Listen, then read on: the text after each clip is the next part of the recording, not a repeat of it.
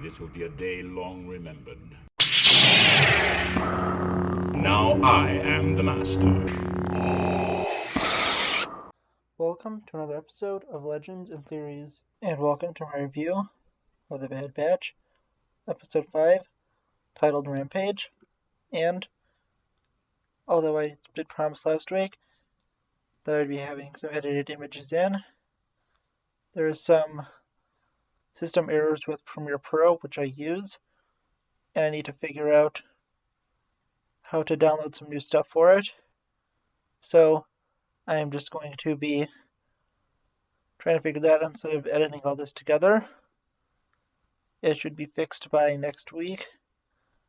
I'm just not really sure what to do and how to figure out all of this different system stuff. So once I do that, I should be back to normal. But if we weren't, I may have to restart on some projects.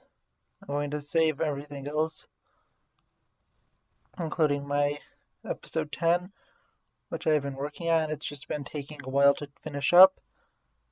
I'm probably going to finish writing the script for the final act by the end of next week, record it, and have it fully edited. I'm going to go over all the footage I have so far and try to, I don't even know if I could download it. I'm going to probably have to try to finish it before I do this. I'm not really sure if it's going to save. If it doesn't, it's going to be a pretty big problem. So I'm just going to save what I have so far and possibly have to download the other two videos if worst comes to worst. But let's just continue on to this and see where we go. So I think it was a really good episode. It was fun. It probably wasn't the best of the series so far, but it was enjoyable. We get a story behind possibly how Jabba got his Rancor. From what I heard on other channels is that there is another story, as might be retconning it, but they're not fully sure, and neither am I. And we probably won't get confirmation. So that just doesn't help anything. So let's just say that this is the story of how Jabba got his Rancor. And looking at that story, it was pretty interesting. When we went in, we didn't really expect to know what was going on. They went to Ord Mantell, which is a planet I've definitely wanted to see what it looked like, especially since it was mentioned in Empire Strikes Back, and I was always curious. Never heard it, I wondered what the planet was like. And I really just remember I think it appeared in like maybe a few comics, but that's really different from seeing it in a show or in a movie. And it's definitely a cool thing to do. And while watching it, I don't think that it was interesting. So when we begin the episode, they land on the planet of Ord Mantell, and they meet a former Jedi contact. Well, they would still be a Jedi contact, but since most of the Jedi are dead, not many of them are going to be going to this contact, named Sid, and she is a Trandoshan, I believe. I can't remember what the species was. I'm pretty sure it was Trandoshan, but not 100% sure. It might be a different species that we haven't seen yet, or one they have that I'm not really sure the name of is. But, don't quote me there. But looking at it, the Bad Batch didn't really realize that it was her, and Omega was able to figure it out, like the audience was probably able to. It was clearly a moment like when Obi-Wan Kenobi was saying, well, not really saying that. He's like, of course I know Obi-Wan Kenobi, he's me. Which was pretty similar to what they did. And I think that it was pretty interesting for Omega to figure it out. I don't know, I'm still not really convinced that she is Force sensitive. I feel like it's possible. I think it's more likely that she is an enhanced clone. And it's just that she has different abilities. and it's not exactly Force sensitivity. Perhaps it's something similar, and she has mild, like, psychic powers or something. I'm not really sure, but I don't feel like I'd like that as much either. And I'd probably rather have it be Force sensitivity and then have her be, like, psychic. I feel like that doesn't really fit well into Star Wars unless Force sensitive is using it. Since we don't really want there to be superheroes in Star Wars, then says not really what Star Wars is. But, you know, I'm not really sure, but I still think she's a good character so far. And continuing on, looking at this, I definitely think that going into the Union Slavers was interesting. I wonder if they'll appear again. And I like the twist of it being a Rancor. Well, this was a pretty simple episode. That would be quote unquote filler to most people, but this is setting them up to be mercenaries. And did a good job at that. They had to make money and also figure out who was going after them. Where we learn it's Fennec Shand. Well, we already knew that, but they learn it. And continuing on, they are going to be working for her. And I think the only way this could have been a better episode is if they use their contact instead of being a new character like Sid. If they used Hondo Onaka, and that should have been made this episode one of the best ones because Hondo always steals the show. He is such a good character. That's honestly he's one of my favorites. He's just so fun. He's like Han Lando and like every other rogues rolled up into one. He's one of the best characters to exist in Star Wars. He's just so fun. And although I haven't been to Galaxy's Edge yet, I can't wait to go just to see Hondo there because Hondo is such a great character.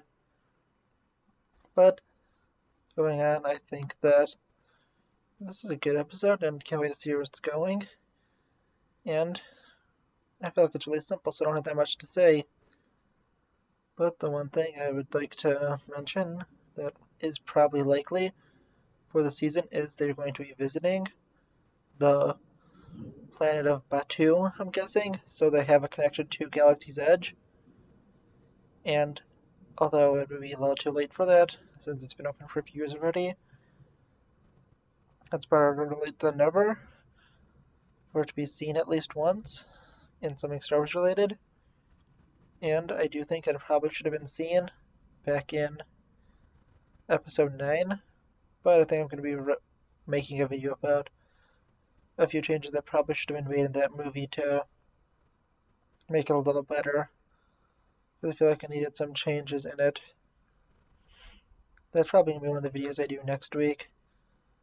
I'm going to record those quickly, but then after, I am going to...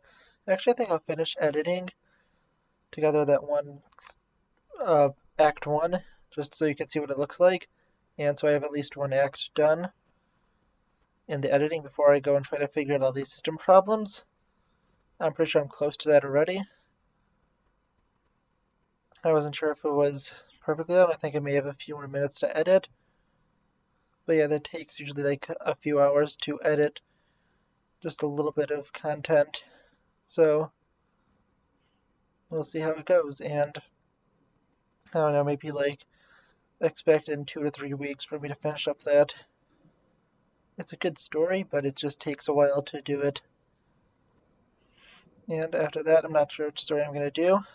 I might do my episode 11, but I think I'm going to wait a little bit to work on that and possibly write out episodes 11 and 12.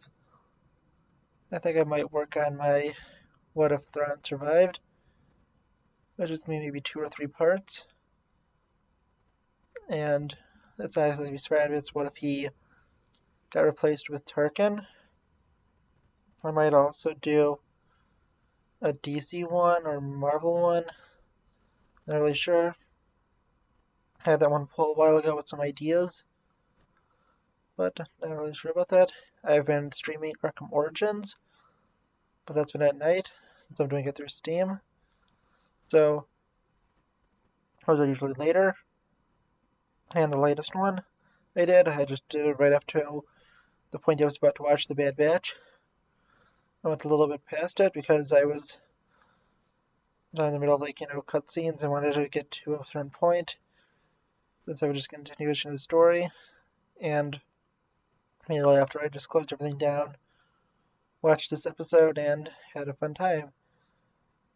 I'm going to be finishing the story of that, and then so I could use the costumes I have, I'll be doing some of the side missions that are faster, and later down the line I'm going to stream all the Riddler/Enigma quests for those games, since those usually take a while. Besides for Night, I'm going to play that on a New Game Plus, so that I already have the Riddler fully beat on that account. I'm pretty sure I have. It might be a little bit of trophies left, but ultimately I'll be able to do that pretty quickly. And I'm like 99% sure that I already beat Riddler on the normal account. Yeah, actually I'm certain because I remember I have 100% on that one. 110% I'm going to be going for the 220% on Steam. And really with that, it's going to be pretty easy once you do that, since all the Riddler progress saves over to the New Game Plus. So I'll just be able to immediately finish the Riddler quest. And after that, I'm really just going to be looking forward to continuing on with the review. And I do have Arkham Knight Theory, but I'm going to do that after I finish the game, because I want to get some gameplay footage from that. I need a few pieces of footage to be able to talk about it. Within the next week or two, I'm probably going to finish up Knights of the Old Republic 2 on my phone and review that and compare it to Knights of the Republic 1. This is really my second time playing through it. The first time was through Steam, but it didn't work that well because almost every time I played it, I had to save and reload after every fight because it wasn't working on my system as good as it would. So I didn't really know how to fix that problem, so I just had to do that, and it was very annoying. And if you do know how to fix that, you could let me know, but I also do have a few things through Steam I could play. I do have Republic Commando, but I'm probably just going to get that through the PS4 to play, because right now I can't play it without turning off my protection, since it thinks it's a virus or something. So I don't really play that. And I might try out the original Battlefront 2 campaign, but I haven't been able to get past the Yavin mission so far. So we'll see about that. And really that's it. I didn't have much to say about this episode, so I just had to throw a bunch of these updates in. And I might record a few more videos after this for next week. With the Rise of the Skywalker fixes, it's not really against the movie, it's just giving me ways to make it better, because I thought it was an okay movie. Definitely wasn't one of the best. And although it's pretty low in my ranking, and I know it's really low in other people's, I just have a few suggestions for it. Thank you for watching this episode of Legends and Theories. Please like the video, leave some comments, subscribe to the channel, and share it with your friends, and may the Force be with you.